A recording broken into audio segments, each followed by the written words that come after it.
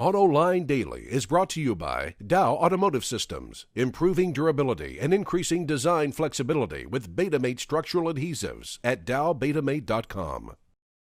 Here are today's top headlines. Fiat will sell 5 different Chryslers in Europe.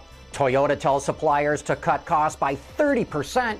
And Nissan looks at doing a hybrid version of the GTR. Up next, we'll be back with the news behind the headlines.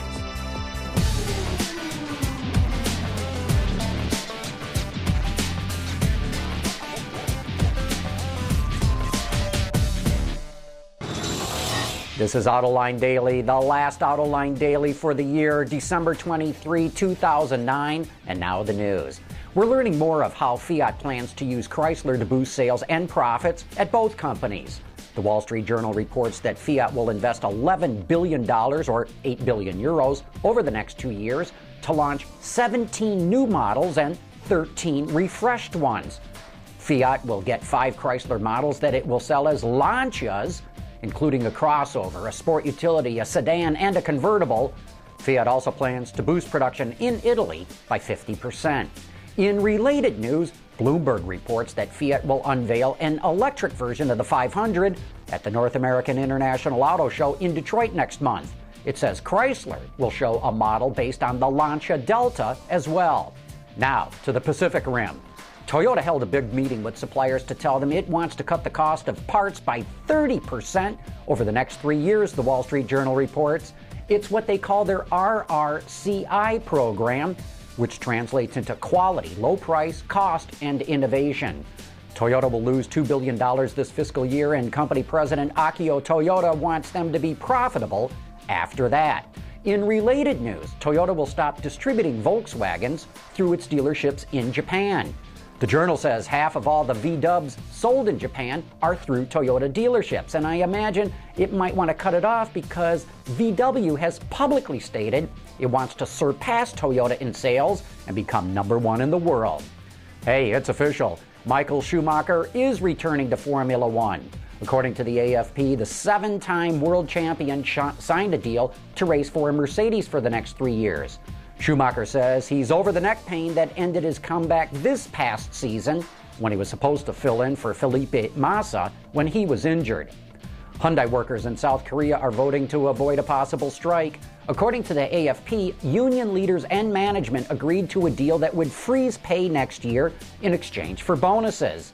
Workers must now vote on the deal, and if approved, it would be the first strike-free year in 15 years. Strikes have cost Hyundai over 1 million vehicles in lost production, resulting in nearly $10 billion in lost profits.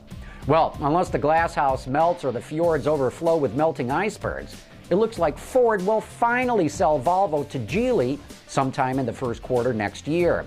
In a statement this morning, Ford said that all substantive commercial terms have been met and they've moved on to financing and government approvals. By the way, analysts are estimating the Volvo sale will bring the Blue Oval some $2 billion and change.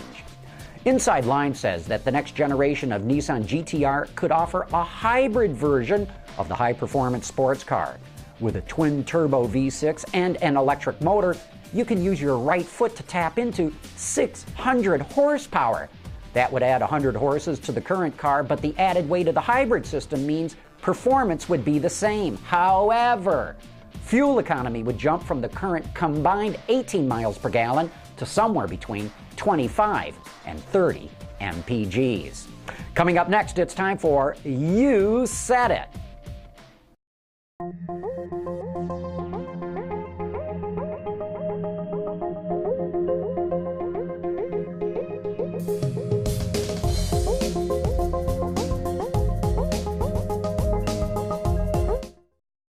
And now it's time for some of your feedback. This is You Said It. As you know, every day we get dozens of comments and questions from you, our viewers, and You Said It gives me a chance to respond. Alex Kajdi wrote in to ask, why does GM OnStar license their service to other automobile manufacturers? I believe Acura uses OnStar. Then why not Honda, Hyundai, or Kia? Alex, you're right. OnStar was available on Acuras, but when it switched from an analog system to a digital one, Acura dropped the service. Lexus also used to offer OnStar services, but called it Lexus Link, but then Lexus dropped it too. OnStar tells me they're open for business and would love to sign up other automakers. Even though it's a competitive advantage for GM brands, OnStar is in business to make money, and it could make a lot more if other automakers offered its services. John V. wrote in to comment about Saab with a pretty good observation. He says, Saab was a unique product that was not for everyone. Those who liked the old Saabs were very loyal and enthusiastic. Whether Saab could have found a way to make it on their own or not, instead of becoming part of GM, GM will get the blame. I agree, and I'd add this. Saab was always marketed as a quirky kind of brand for nonconformist kind of people, and apparently there are not enough quirky people out there who buy new cars. And a few of you eagle-eyed viewers saw our report on the new Fiat Sedici and recognized it as something else. Kevin Davies from Columbus, Ohio wrote in to say, "We get the Fiat Sedici already in the US. It's a rebadged Suzuki SX4. The Fiat version is built alongside the Suzukis destined for the European market in Hungary, I believe." And Kevin, you believe right. That is exactly what it is. Hey, a quick reminder about the benefit gig we talked about last Thursday on Autoline After Hours. The Exhaust Tones, a local band made up of automotive writers, journalists, and PR folks, are holding a benefit gig for Jan Willem Vester, the former head of Saab USA Communications, who lost his battle with cancer this month. It's at the New Way Bar on Tuesday night, December 29th in Ferndale, Michigan. Please do what you can do, especially during this season of giving. And that is it for Autoline Daily for 2009. We'll be closing down along with the rest of the auto industry for the holiday season. And that goes for Autoline After Hours as well. Thank you for your interest in our programs. Have a great holiday, and we will be back here January 4th.